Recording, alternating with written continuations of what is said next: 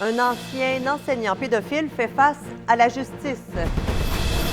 Léopold Lévesque travaillait à l'école secondaire de Cabaneau. Il a commis des gestes de nature sexuelle sur plusieurs mineurs. Une maison de Saint-Éloi ravagée par les flammes. À notre arrivée, c'était plus un feu de cheminée, c'était un feu généralisé. Le manque de copeaux fait mal à la papetière Produits forestiers résolus de Clermont.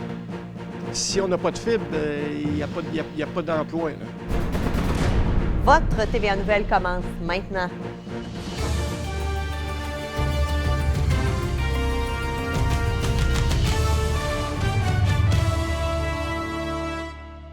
Bon début de soirée, mesdames et messieurs. Le procès d'un ancien enseignant de la polyvalente de Cabaneau tire à sa fin au palais de justice de Rivière-du-Loup. Léopold Lévesque a plaidé coupable à 5 chefs d'accusation de nature sexuelle sur des mineurs. Raphaël, les représentations sur sentence se sont déroulées ce matin. Oui, Cindy. Donc, la couronne demande 30 mois d'emprisonnement et la défense une peine dans la collectivité. Et la juge n'a pas pu prendre une décision. Elle a donc reporté la sentence au mois de février. C'est un dossier qui traîne depuis plus de 2 ans et les victimes ont bien hâte de tourner la page. Enseignant, élu municipal et pédophile. Léopold Lévesque, 76 ans, a commis des gestes à l'égard de plusieurs jeunes filles sur une période de 40 ans. Les premiers faits reprochés à l'homme originaire de Saint-Marc-du-Laclon se produisent à la fin des années 70, alors qu'il fait des attouchements sexuels sur une mineure. L'histoire se transporte au milieu des années 80, où une autre jeune femme est victime de ces agissements. L'homme l'agresse sexuellement à 2 reprises, dont une fois dans son bureau de l'école secondaire de Cabaneau. Chaque fois, il lui touche les parties intimes. Le stratagème reprend en 2009. Alors qu'il est seul en voiture avec une nouvelle victime, il en profite pour la toucher et glisse ses doigts à l'intérieur de son pantalon. L'homme lui demande aussi qu'elle le touche à son tour. Il la revoit une autre fois et va baisser son pantalon pour s'exhiber en lui demandant de regarder. Il lui fait alors d'autres attouchements. Le dernier épisode se produit à l'été 2017, mais cette fois sur Internet, où il discute avec une adolescente. Il tisse un lien de confiance avec elle et commence à lui parler de masturbation. Il se propose même d'aller chez elle pour prendre des photos quand elle sera seule. Une des victimes a lu une lettre à la juge vendredi matin. Elle a mentionné que les gestes commis par Lévesque ont ruiné une partie de son enfance et que sa confiance envers les hommes avait été grandement affectée. « Je ne pardonne pas, je combats », a-t-elle dit en pleurs. L'accusé a de son côté avoué son problème de pédophilie et mentionné qu'il n'avait pas conscience du mal qu'il a pu causer jusqu'à son arrestation en 2017. Il a ajouté vouloir se guérir de ce problème-là. Léopold Lévesque a pris sa retraite de l'enseignement en 1998. Il était professeur d'initiation à la technologie. Il est connu à Saint-Marc-du-Laclon, maire de 1999 à 2001 et conseiller municipal pendant plus de 20 ans. Il a démissionné de son poste en 2017, peu de temps après son arrestation. Le sexagénaire connaîtra sa sentence le 6 février prochain. Raphaël Brouillette, Rivière-du-Loup. Une résidence de la rue principale de Saint-Éloi a été la proie des flammes ce matin. La maison est une perte totale. Malheureusement, un couple de personnes âgées a tout perdu à moins de 2 semaines de Noël. Marie-Ève Cloutier. L'incendie s'est déclaré vers 8h30. Une trentaine de pompiers provenant de 5 casernes ont été dépêchés sur les lieux pour combattre un feu de cheminée. À notre arrivée, c'était plus un feu de cheminée, c'était un feu généralisé. C'était déjà une perte totale. L'isolation de la maison a notamment donné du fil à retordre aux sapeurs. C'est une maison sur pièce avec une maison avec des vis de construction que deux épaisseurs de toit. Ça nous a donné beaucoup de misère à atteindre l'incendie. Rapidement, l'école primaire, située tout juste à côté de la résidence en flammes, a été évacuée. Ce sont des enfants arrivés ce matin qui ont vu un petit peu de fumée sortir de chez le voisin. Et puis, dans le fond, on savait que le 911 avait été fait. Et puis, finalement, la fumée s'intensifiant, les enseignants m'ont téléphoné. On a décidé d'évacuer. Cette citoyenne a été témoin de la scène. Ça a suivi le mur au complet. Dans le temps de le dire, les pompiers sont arrivés, là, mais le feu était déjà pogné dans les murs, je pense. La fumée dense et épaisse a été soufflée par le vent vers sa résidence. Là, je suis obligée d'évacuer parce que j'ai des animaux dans la maison. Le boucan commence à rentrer par les soffites du toit. Là. La maison appartenait à un couple de personnes âgées. Seule la dame se trouvait à l'intérieur au moment où l'incendie a éclaté. Elle a pu trouver refuge chez une voisine le temps de l'arrivée des secours. Heureusement, personne n'a été blessé. Le pire, là, c'est tous les souvenirs qu'il y a dans cette maison-là qui tombent en ruine. Là. Mais ils sont sains et saufs, et je suis bien content pour ça. L'incendie a finalement été maîtrisé en début d'après-midi. Marie-Ève Cloutier, Saint-Éloi. L'entreprise JM Bastille se relève à la suite du violent incendie qui a fait rage hier sur la rue Témiscouata, Rivière-du-Loup. La direction affirme que les opérations reprendront lundi matin. L'équipe sera de nouveau en poste afin de répondre aux clients. L'heure était au bilan aujourd'hui. Les dirigeants ont constaté l'ampleur des dommages et planifient déjà la reconstruction. L'entreprise de récupération de métaux a tenu à souligner le travail des pompiers qui a permis de limiter les dégâts. La collecte de dons en argent à la suite de l'incendie d'un immeuble à logement survenu le 20 novembre à la Pocatière est maintenant terminée. C'est plus de 10 000 $ qui ont été amassés pour aider les locataires qui ont tout perdu. La somme sera déposée dans un fonds géré par Moisson Kamouraska pour ensuite être distribuée aux sinistrés, par exemple pour leur nourriture ou leur déplacement. Cet argent s'ajoute aux nombreux dons de vêtements et de matériel de toutes sortes qui ont été apportés au Centre Bombardier le soir même de l'événement. Un véritable élan de solidarité.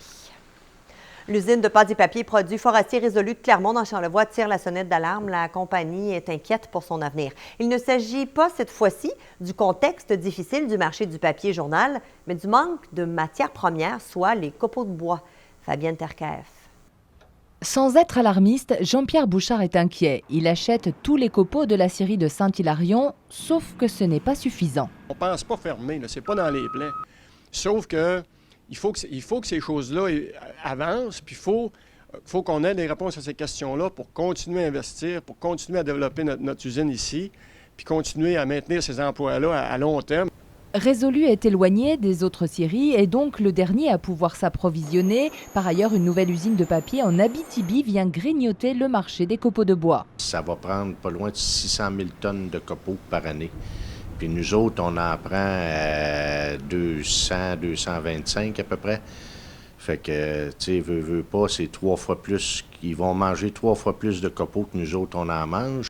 Jean-Pierre Bouchard a des solutions à proposer, notamment avoir accès au bois attaqué par l'épidémie de la tordeuse des bourgeons de l'épinette. Nous, on dit on va récolter ce bois-là qu'on va perdre de toute façon. Il va mourir et puis il n'est plus cultivable, il n'y a rien à faire. On ne peut pas faire de meubles, de 2x4 avec ça, rien. Alors on dit est-ce qu'on peut récolter ça? La députée de Charlevoix, Émilie Foster, affirme suivre le dossier. Le maire de Clermont souhaite aller plus loin et interpeller François Legault qui se déplace jeudi prochain dans la région. Dans une MRC qui est très défavorisée, on voit les statistiques démographiques et les emplois payants ici dans la région industrielle sont très rares. Alors on va interpeller le premier ministre là-dessus et on espère qu'on aura une écoute particulière de sa part. L'entreprise emploie 150 personnes avec des salaires annuels moyens de 100 000 $. Un reportage de Fabienne Terkaef. La question d'un pont reliant Charlevoix à la Côte-Nord a de nouveau rebondi ce matin à l'Assemblée nationale. Lors d'un point de presse, le député de René-Lévesque, Martin Ouellette, a sommé le gouvernement Legault de lancer l'étude de faisabilité pour la construction d'un premier lien. Le leader parlementaire fait front commun avec la CSN ainsi que le Conseil central de la Côte-Nord. Le préfet de la MRC de Charlevoix-Est, Sylvain Tremblay, comptait également parmi les élus présents. Oui, c'est la Côte-Nord, mais c'est aussi les gens de Charlevoix, parce qu'eux, du côté de Baie-Sainte-Catherine, ils les vivent, les temps d'attente, ils le voient, la circulation lourde. Donc, de part et d'autre, nous faisons front commun. C'est pas un cri du cœur qu'on vient vous donner, c'est une main tendue pour travailler ensemble. C'était ta mère. Elle va débarquer, puis elle va tout détruire. Mais ce qui se passe dans la tête du tueur, c'est ça qu'on cherche, Alex. J'ai pas tué mon gars. Policière Lafayette qui met en vedette, on l'a vu, Marie-Pierre Morin est maintenant disponible en visionnement. Mais depuis hier, en fait, les abonnés du club Illico peuvent visionner en rafale les 8 épisodes de cette nouvelle fiction qui nous plonge au cœur de l'hiver québécois, plus précisément à Fermont où la sergente détective Céline Trudeau, campée par Isabelle Richer, se voit confier l'enquête du meurtre d'une danseuse nue décédée dans des circonstances pour le moins étranges. Arrivée sur place, elle tombe nez à nez avec sa fille interprétée par Marie-Pierre Morin. Rapidement, on comprend que la relation est houleuse entre elles et qu'elle cache bien des secrets. Une série qui promet de nous tenir en haleine et de nous faire découvrir une autre facette du jeu de Marie-Pierre, qui d'ailleurs reprendra son rôle puisque de suite a déjà été confirmé. Et du côté de Charlevoix maintenant, le festif à l'école a confirmé son retour et les artistes qui y participeront. Troisième édition qui sera lancée en février prochain et qui s'arrêtera dans 9 écoles de la région de Charlevoix, mais également de la Côte-de-Beaupré. Une nouveauté pour le rendez-vous de 2020. Véritable laboratoire créatif, l'événement accueillera plusieurs artistes de renom, dont Clay & Friends, Sarah Dufour, Bleu Jeans Bleu et son coton ouaté, sans oublier Émile Bilodeau qui fait sensation auprès du public jeunesse. Se lève dans mon cou pour m'interroger sur mon pas. Ce sera un peu moins festif, par exemple, côté météo dans les prochains jours. Du temps gris, du vent et pas mal de pluie, c'est ce qui nous attend pour le week-end. Et Vincent, les Trois-L, eux, affrontent en fin de semaine les deux meilleurs clubs de la Ligue. Et le Paris-Bois joue à Laval ce soir et recevront Thetford Mines demain. On s'en reparle au retour. Prélard et vinyle flottant, bois franc et céramique chez Bain et Céramique Poinégamo. À la maison, sur la ferme, armez-vous de puissance avec Kubota chez Valley Sales & Service. Tracteurs, chargeurs, rétrocaveuses, véhicules utilitaires 4 roues, tondeuses, tracteurs agricoles, excavatrices. Profitez de la robustesse, la fiabilité, la fabrication éprouvée Kubota et soyez prêts à relever tous les défis. Pour les produits Kubota et d'autres marques réputées telles que Vernolen, Toro, Exverna, Steel, Ariane, Scott Cadet et les remorques Maxi Roule, un seul endroit, Valley Sales & Service, 1009 route 144 Saint-André, Nouveau-Brunswick. Chez Vizina Mode, on tient à ce que vous passiez un merveilleux temps des fêtes. C'est pourquoi nous vous offrons de superbes collections au prix du Père Noël. De grands noms de la mode qui vous donneront fière allure ou encore qui feront office de cadeaux parfaits sous le sapin. Durant cette période scintillante et toute l'année, recevez chez Vizina Mode un service 5 étoiles, rien de moins. Et en plus, nous sommes ouverts le dimanche jusqu'à Noël. Vizina Mode, 508 rue La Fontaine, Centre-Ville, Rivière-du-Loup. Toute l'équipe vous souhaite de joyeuses fêtes. Vous pensez avoir un sens de l'observation aiguisé et une dextérité hors pair? Cadre-moi ça est le jeu parfait pour tester votre savoir-faire. Serez-vous capable de reproduire les structures illustrées sur les cartes? Le premier terminé remporte le point. Et pour tester vos méninges, McQuiz vous propose 2100 questions stimulantes dans 5 grandes catégories. Les adeptes de jeux questionnaires seront comblés. Pour vos petits génies, la version McQuiz Junior est également disponible. Découvrez ces jeux Gladius parfaits pour des heures de plaisir en famille ou entre amis à la boutique du jouet. À l'avant-garde depuis 5 générations, Bijouterie Air Savard perpétue la tradition. Bijoux de qualité, marque renommée, service professionnel et personnalisé. Centre de réparation qui allie savoir-faire et techniques actuelles. Rachat de votre or sous toutes ses formes. Bijouterie Air Savard, fière de son histoire, tournée vers l'avenir depuis 1885.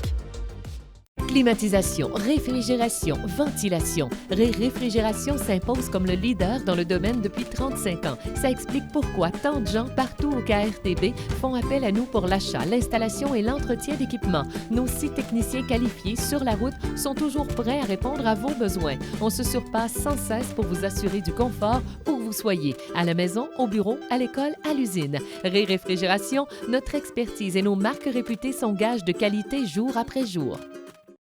Évier, adoucisseur d'eau, aspirateur central, convecteur, chez Bain et Céramique Poinégamo. Les sports, une présentation de Grand Portage Nissan. Faites vite, la liquidation se termine bientôt. 2 gros rendez-vous là, pour les 3L en fin de semaine, les 2 premières équipes au classement. Exactement, Cindy. Les Loups-Paribois seront à Laval ce soir pour croiser le fer contre les Pétroliers et recevront l'Assurantia demain. Et surprise dans les buts, alors que ni Loïc Lacasse ni Guillaume Delcel n'obtiendront le départ. C'est Mathieu Corbet qui verra de l'action pour la première fois depuis le 9 novembre dernier. Et les partisans de l'équipe ont réagi vivement à cette annonce sur Facebook. On va le voir dans quelques instants. On a Nathalie Caron qui a affirmé quoi? Tu as 2 gardiens qui ont été au sommet de l'horreur depuis quelques semaines et tu les mets de côté au moment où tu te dois de gagner. Également Mathieu Bélanger, lui, qui dit « Nous avons 3 gardiens. Corbet a gagné partout où il est passé. Un système à 3 gardiens n'est peut-être pas l'idéal, mais si on est pour le laisser dans les estrades, aussi bien l'échanger. » Et finalement, on a Michel Lévesque qui dit « C'est quoi ça? On ne peut pas se permettre de les perdre en fin de semaine. Il a besoin d'être meilleur qu'à ses derniers matchs. » Donc, une nouvelle qui est loin d'être unanime auprès des partisans. Et pour sa part, Corbeil, lui, se dit excité d'avoir l'opportunité de se faire valoir à nouveau. C'est sûr que le challenge, c'est excitant. Son premier dans la ligue. Je suis habitué de gauler quelques fois par semaine dans toutes les années précédentes que j'ai joué au hockey. Donc là, c'est sûr qu'après une absence assez longue, il va falloir que je me remette dans le match assez vite. J'ai l'expérience, puis j'ai passé par là avant, fait que je m'inquiète pas avec ça. Les Albatros, eux, impressionnent vraiment depuis le début du challenge CCM. Absolument. Après une éclatante victoire de 9-0 à leur premier match mercredi, les Loups-Périgueux ont dominé les Forestiers d'Amos en l'emportant 9-3 hier après-midi. Et plus tôt aujourd'hui, les Oiseaux ont subi un premier revers devant les Cantonniers de Magog au compte de 3-1.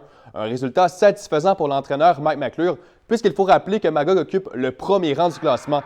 Afin de passer en quart de finale demain, les Albatros doivent espérer que les 2 matchs prévus ce soir se terminent en temps régulier.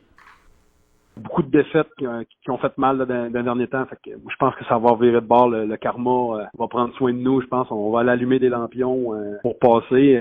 Ça, c'est sûr. Fait qu'on va regarder les matchs ce soir à 5h30 et à 6h. S'il n'y a pas une équipe qui s'en va en prolongation, là, on passe demain contre Collège Antoine Giroir. Bon, on leur souhaite. Oui, vraiment. Il y a Tristan Pomerleau et l'équipe étoile, en fait, universitaire canadienne, qui sont parvenus à vaincre l'équipe Canada Junior hier. Ça se passait en sol ontarien. Ils ont gagné 2-1. Exactement. Cindy, la formation des moins de 20 ans avait eu le meilleur mercredi. Le défenseur Loup-Périgueux est revenu sur son expérience où il a rivalisé avec les meilleurs joueurs d'âge junior au pays. Pomerleau croit avoir été en mesure de tirer son épingle du jeu durant ces 2 matchs, alors que plusieurs recruteurs professionnels étaient sur place. Il croit que son club a prouvé la qualité de jeu au hockey universitaire. Le monde y pense que, tu sais, mettons, parce que l'universitaire, c'est plus effacé, ben que, tu sais, le calibre de jeu, il est pas bon, mais encore cette année, on a démontré que le calibre de jeu est très fort. Je pense que de plus en plus de joueurs ils vont prendre cette route-là, d'aller à l'universitaire, puis de compléter leurs études avant, mettons, d'aller jouer pro. La météo, une présentation de Meubles Tardy, votre seul centre d'appareils électroménagers Général Electric et de la région. Et là, Michel, après avoir eu des températures en dents de scie cette semaine, on a enfin du temps plus doux, mais ça vient avec des précipitations. Et de bonne quantité. On a un avertissement de pluie qui est présentement en vigueur. La région concernée, Edmundston, chez vous, de samedi à dimanche, on pourrait recevoir jusqu'à 30 mm de pluie avec de bons vents du sud à 50-80 km/h. Alors, week-end qui ne sera sûrement pas de tout repos, tout comme sur Rivière-du-Loup, on pourrait recevoir de 20 à 25 mm en 24 heures. Et c'est sur Charlevoix qu'on va s'en sortir le mieux, oui. On a quand même des précipitations, mais ce sera moins soutenu que sur les autres régions. Et pour ce soir, on a encore des nuages. Si vous avez eu de la neige cet après-midi à certains endroits, sachez qu'on pourrait avoir 1 cm sur Charlevoix, tout comme sur Rivière-du-Loup, jusqu'à 3 cm sur Edmundston. Les températures qui sont confortables, nettement supérieures au normal saisonnière, avec -2 et -5, alors que de nuit, à ce temps-ci de l'année, on devrait normalement avoir -14 ou -15. Demain, bon là, c'est la journée parfaite pour faire de la popote des fêtes si ce n'est pas déjà commencé. On a de la pluie à prévoir pour la région d'Edmundston, jusqu'à 30 mm dans la journée de samedi à dimanche matin. Rivière-du-Loup, une vingtaine de millimètres de pluie. Sur Charlevoix, c'est un mélange de pluie et de neige avec quelques centimètres ici et là. Et les températures qui demeurent confortables pour demain. On va voir que ça s'améliore quand même à long terme, mais ça va se rafraîchir considérablement lundi. Par contre, dimanche, encore un petit peu d'instabilité, tout comme pour mardi, mercredi, on pourrait renouer avec la neige. Du côté de Charlevoix, il y a aussi un petit peu d'instabilité à prévoir dimanche, quelques flocons ici et là. Ça se dégage lundi, donc le système qui se retire, mais les températures qui seront nettement inférieures aux tendances de saison, alors que sur la région d'Edmundston, un autre 2 à 4 mm de pluie dimanche, c'est rien comparativement à ce que vous aurez samedi. Par la suite, de belles conditions avec un petit peu d'instabilité à prévoir en milieu de semaine et du temps beaucoup plus frais aussi pour commencer la semaine. Merci, Michel. Merci, bonne fin de semaine, Cindy. À vous également. Merci. En terminant, à la veille du temps des fêtes, certains citoyens de nos régions ont décidé d'installer d'impressionnantes décorations Noël à l'extérieur de leur maison. On vous invite d'ailleurs à nous faire parvenir vos photos de résidence qui sont bien décorées et qui en mettent plein la vue, et au CIMT.ca ou sur notre page Facebook. Et qui sait, notre présentatrice météo pourrait même aller sur place vous voir. À lundi.